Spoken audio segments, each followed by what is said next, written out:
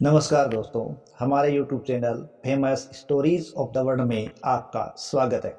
आज की कहानी के अंदर आपके लिए लाया हूँ गुजरात की एक कहानी जिसका नाम है न्यायप्रिय रानी और चतुर वेश्या। दरअसल जिस क्षेत्र को आज हम अहमदाबाद के नाम से जानते हैं उसका वास्तविक नाम कभी कर्णावती था और इस कर्णावती के जन्म की कहानी भी एक अलग ही कहानी है। गुजरात के प्रतापी शासक हुए हैं पाटन नरेश कर्ण सोलंकी। उनका 3 वर्षीय पुत्र एक दिन खेलते खेलते अचानक उनके राज सिंहासन पर बैठ गया। महाराजा जब दरबार में आए और उन्होंने यह दृश्य देखा तो उन्होंने अपने राज ज्योतिषियों को बुलाया और इस घटना के प्रभाव के बारे में पूछा। ज्योतिषियों ने अपनी गणना की और बताया जिस मुहूर्त में बालक सिंहासन पर बैठा है वह अत्यंत ही शुभ है और यह बालक भविष्य में इतिहास में प्रसिद्ध होगा। यह बात सुनकर राजा फिर कभी उस सिंहासन पर नहीं बैठे और वह सिंहासन उस बालक राजकुमार का ही हो गया। इतना ही नहीं, राजा ने पाटन छोड़कर अपने लिए एक नई राजधानी बना ली और जिसका नाम उनके नाम पर कर्णावती रख दिया गया।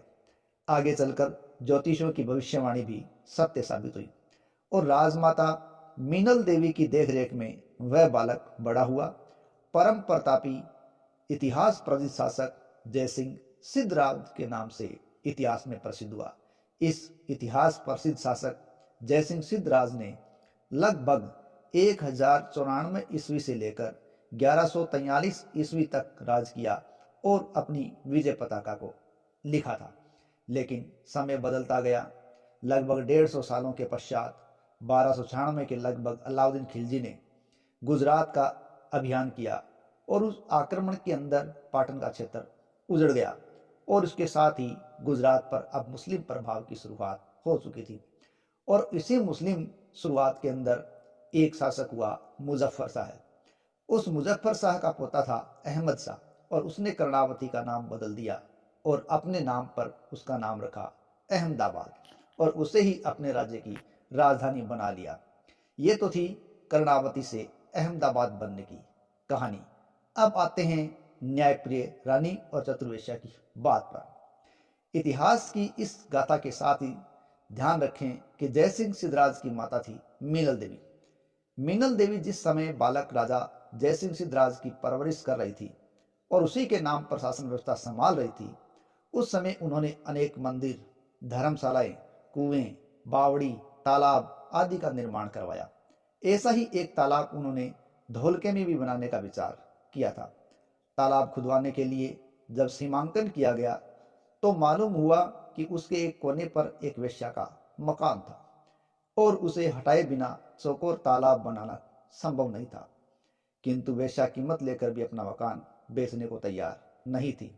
जब अधिकारीगण प्रयत्न करके थक गए, हार गए, तब स्वयं राजमाता मीनल देवी उनके पास पहुंची और मकान को बेचने के लिए उनसे आग्रह करने लगी। लेकिन राजमाता मीनल देवी ने उसे समझाने की कोई कसर नहीं छोड़ी और यह भी बता दिया कि तालाब बन जाने से आम जन को कितना लाभ होगा। लेकिन प्रयास दर प्रयास होते रहे, परंतु वेश्या के कानों पर जूं भी नहीं रहेंगी और वह टस से मस भी नहीं हुई। राजमाता ने उसे मुंह मांगी कमर कीमत देने के लिए भी कहा था, लेकिन वो कुछ भी नहीं मांग रही थी। लास्ट में वेश्या बोली कि उसके पास धन की कोई कमी नहीं है, लेकिन वह मकान कतई नहीं बेचेगी क्योंकि उस मकान में ही उसका बचपन गुजरा है और इस मकान से उसकी हर छोटी बड़ी खट्टी मीठी यादें जुड़ी हुई है, इसलिए बेचने का सवाल ही पैदा नहीं होता। उसने कहा अपनी मर्जी से तो वह मकान कभी नहीं बेचेगी और यदि जबरदस्ती महारानी लेना चाहे तो वो ले सकती हैं, ऐसा करने के लिए वो स्वतंत्र है। लेकिन जबरदस्ती लेने के लिए मीनल देवी भी तैयार नहीं थी। इस पर उस वेश्या ने चतुराई से काम लिया और हंसकर रानी शाह को समझाया, महारानी साहिबा, तालाब के इस कोने को आप तिरछा ही रहने दीजिए। तालाब का यह तिरछा किनारा युगों युगों तक आपकी न्यायप्रियता की दुनिया को याद दिलाता रहेगा।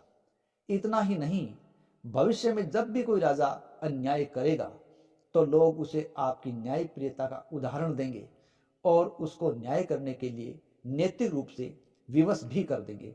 इस प्रकार वेश्या ने महारानी को समझाया और आखिर में ऐसा ही हुआ और अंततः तालाब का वह किनारा तिरछा ही छोड़ दिया गया और वेश्या का मकान नहीं तोड़ा गया।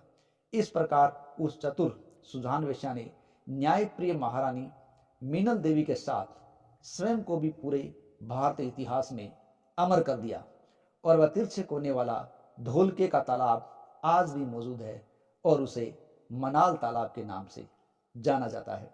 तो आज कहाँ वो दिन और कहाँ वो न्यायप्रिय राज परिवार। आज जबरदस्ती की बात धड़ाधड़ चलती है। कोई यदि कीमत लेकर नहीं मानता तो उसे डरा धमका कर मान लिया जाता है। आज की सरकारें जो महज एक अखबार में विज्ञप्ति प्रकाशित करती है और रातों रात गरीबों को अपने स्थान से हटा के नेस्त नाबूद कर देती है, ना कोई न्याय परिस्थिति है, ना ही वैसे लोग रहे। हमारे आज के लोगों को उस न्यायप्रिय रानी से प्रेरणा लेनी चाहिए और न्याय का साथ हर संभव प्रयत्न में देना चाहिए।